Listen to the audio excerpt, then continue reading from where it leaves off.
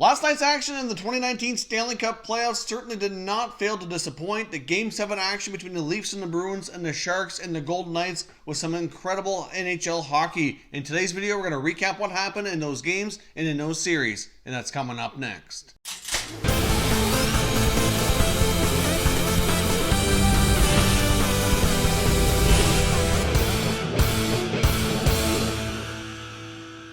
Hey everyone, and welcome back to another video here at Top Shelf Hockey. If you're new to the channel, thanks for stopping by. We review and discuss all 31 NHL teams, so if you're a huge hockey fan, consider subscribing and clicking the bell so you don't miss anything. So we had some incredible hockey last night. Game 7 is always a lot of fun, a lot of stress, certainly for the fans of the teams involved as well. And last night's action did not disappoint. We got things kicked off with the Toronto Maple Leafs going into Boston to face the Boston Bruins in Game 7 for a third consecutive time that these guys have battled here in the playoffs. Now, we know how things ended in 2013. We know how things ended in 2018. And unfortunately, the result in 2019 was no different. The Boston Bruins come out on top with a 5-1 victory. Now, how things ended, though, was certainly a little bit different. In the past, we've seen the Leafs have a lead and end up collapsing in the third period. That did not take place in this case here in 2019. The Bruins had to lead for the bulk of the game. It was basically a 3-1 game. The Bruins added a couple of empty net goals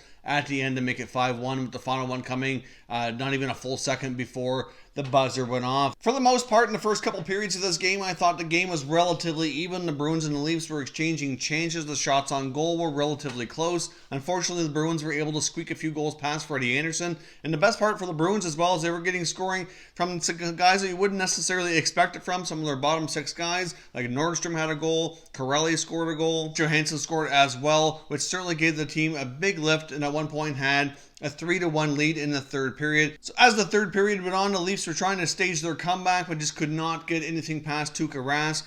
He did have to make some very big saves, but I must say the Bruins played relatively strong team defense as well, and certainly did limit the chances for Toronto. I must say a couple things that I found a little bit confusing was some of the coaching tactics of Mike Babcock. I do think it's fair to say here that Bruce Cassidy outcoached him in this series and was certainly one of the factors which led the Bruins to victory. I was a little bit surprised on some of the ice times for some of the players. That fourth line for the Leafs, even though they did look good early on, were getting a lot of action. Austin Matthews was not on the ice nearly enough in the third period, in my opinion, as well, which I found a little bit confusing. The other thing I also found odd is that once you're into the second half of the third period, you're down 2 goals. It's Game 7. I really thought we'd see some line juggling and maybe some double shifting or some loading up for some of their top guys. You know, I don't know, maybe throw Matthews up with Tavares and Marner or something just to kind of get them more ice time, get them on the ice as much as possible, and maybe get the top creative guys together to see what they could muster up here. Even when they pulled Freddie Andersen, it just seemed like a bad timing. They didn't have the best possession, and it's not like the puck was in deep with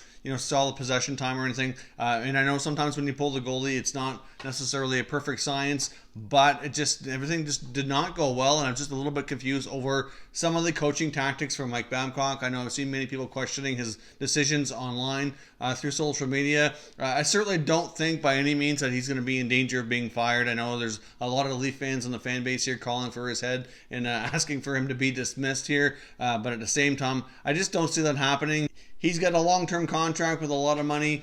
Ultimately, though, Mike Babcock can be very stubborn, likes to do things his own way. It's certainly not the best at shortening the bench when times get tough and times are getting desperate as well. But in my opinion, the coaching for the Bruins certainly played a role here in defeating the Maple Leafs. They seem to have the formula to get it done here. They seem to be the kryptonite for the Maple Leafs, and the Leafs go down to defeat in Game 7. Technically a 5-1 score here. Charlie Coyle and then leader Patrice Bergeron had a buzzer beater to go into the empty net to seal it up for the Bruins. But it really, even though the score was 5-1, it certainly did not feel like a 5-1 game. It was a very, very close affair. Frederik Andersen unfortunately gave up some goals that I'm sure he'd rather have back. He wasn't terrible, but he wasn't great either, and he certainly needed a bigger performance in Game 7, which is something that he struggled with so far in his career. He has not done well in those situations, and they're going to need him moving forward to get past that if they hope to have further success in the playoffs here in future years. Now jumping over to the later game, which featured the San Jose Sharks doing battle against the Vegas Golden Knights in Game 7. Now, of course, the Vegas Golden Knights at one point in this series had a 3-1 series lead. The Sharks have won the last two games heading into this one to force Game 7. Of course, we had the double overtime shorthanded goal in Game 6 in Vegas to force Game 7 as well. We had Thomas Hertl go on record after they went down 3-1 saying they were going to battle back and they were going to force Game 7, and he did battle back and did exactly that. So fortunately for him, he made a bold prediction and it actually held up. So fortunately for him, he does not look silly in the process here. But ultimately, this was one heck of a game. Most of the drama and most of the big moments here happened in the second half of the third period. Heading into the third period, Vegas seemed to be relatively in control. By the halfway point of the third, they had a 3-0 lead. They had goals from William Karlsson, Max Pacioretty, and Cody Eakin. Everything looked to be going Vegas' way. The Sharks were trying to get a comeback. They were making Fleury work hard. He made some big saves. They hit some posts. Nothing was seeming to go their way, even though they kept battling hard and were having opportunity after opportunity. And then one little play and one call by the referees changed the game, changed the series, and everything was turned around here. So I'm going to show you what happened here in a moment in case you didn't see it. So basically what happened, there's a face-off in the Vegas end. It's Cody Eakin against Joe Pavelski. Pavelski kind of wins the draw, and Eakin basically gives a shove to Pavelski here, kind of like a cross check, but it's a play, a routine play you do see happen all the time. Paul Stastny's coming in from the wing position as well to battle for the face-off, and he kind of makes a little bit of contact with Pavelski. Unfortunately for Pavelski, after Eakin shoved him and kind of cross-checked him, he did lose his balance and go very awkwardly into the ice here. So here, take a look at what happened here, and we'll discuss further.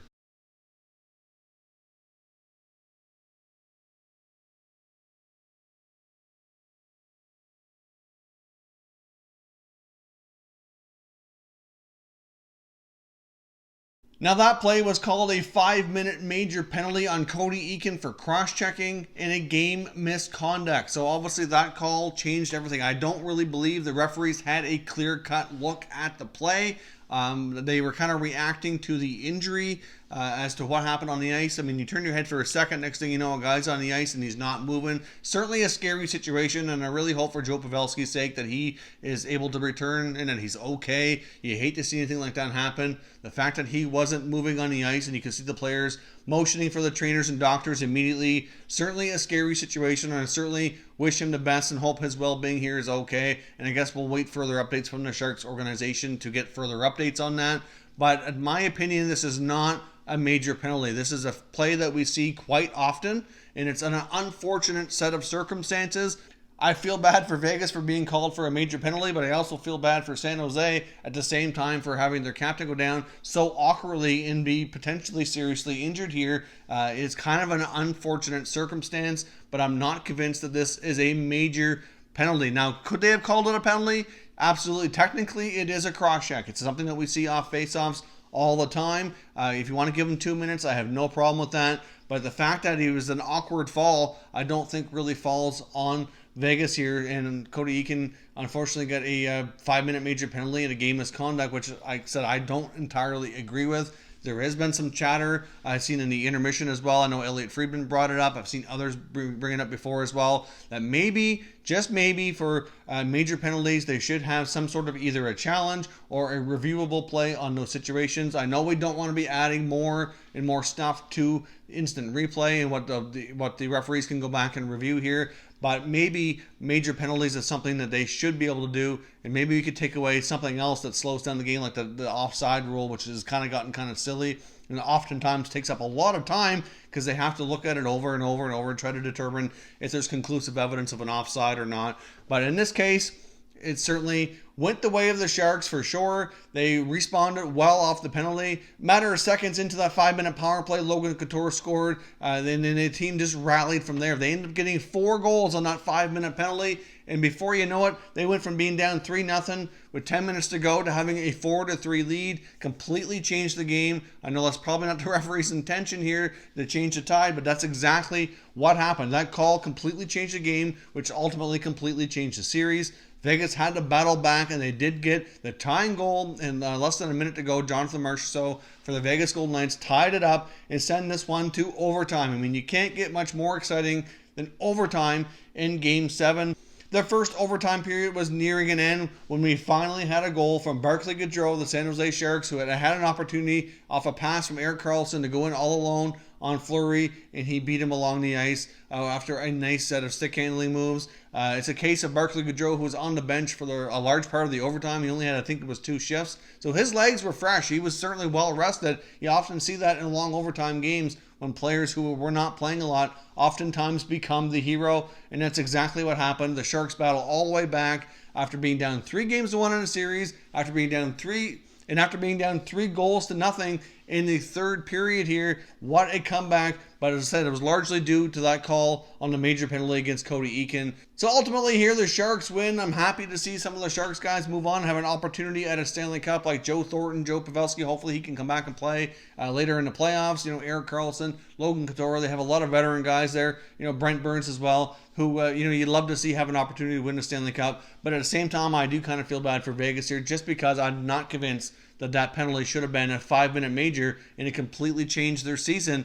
But at the same time, you have to remember here as well, Vegas did have a 3-1 lead. They had plenty of opportunities to close this series out, and they did not take advantage. And I know we often hear people say, like, the hockey gods had their way of making things right, or the hockey gods had their way of kind of making things go a certain way or whatever. But at the end of the day here, they had too many opportunities that they could not take advantage of. They let it go Game 7, and they couldn't kill it off. And it cost them the series, which ultimately cost them their season. And after last year's magical run to the Stanley Cup playoffs in their inaugural year, we see Vegas go down to defeat in 7 games in round 1 of the 2019 Stanley Cup playoffs. So, of course, as always, I want to hear your thoughts and opinions on both these Game 7s. Lots of exciting action here. What do you think about the Leafs and Bruins? Can the Leafs ever get over that hump? What do they need to do to make things better for next year? And what is your opinion on that penalty? Was that a 5-minute major penalty? Do you agree with that call? And do you think there's any chance that maybe a major penalty should be considered a reviewable play in the future? If you're new to the channel, I hope you consider subscribing. We cover all 31 NHL teams, and there's plenty of content here for all hockey fans to enjoy.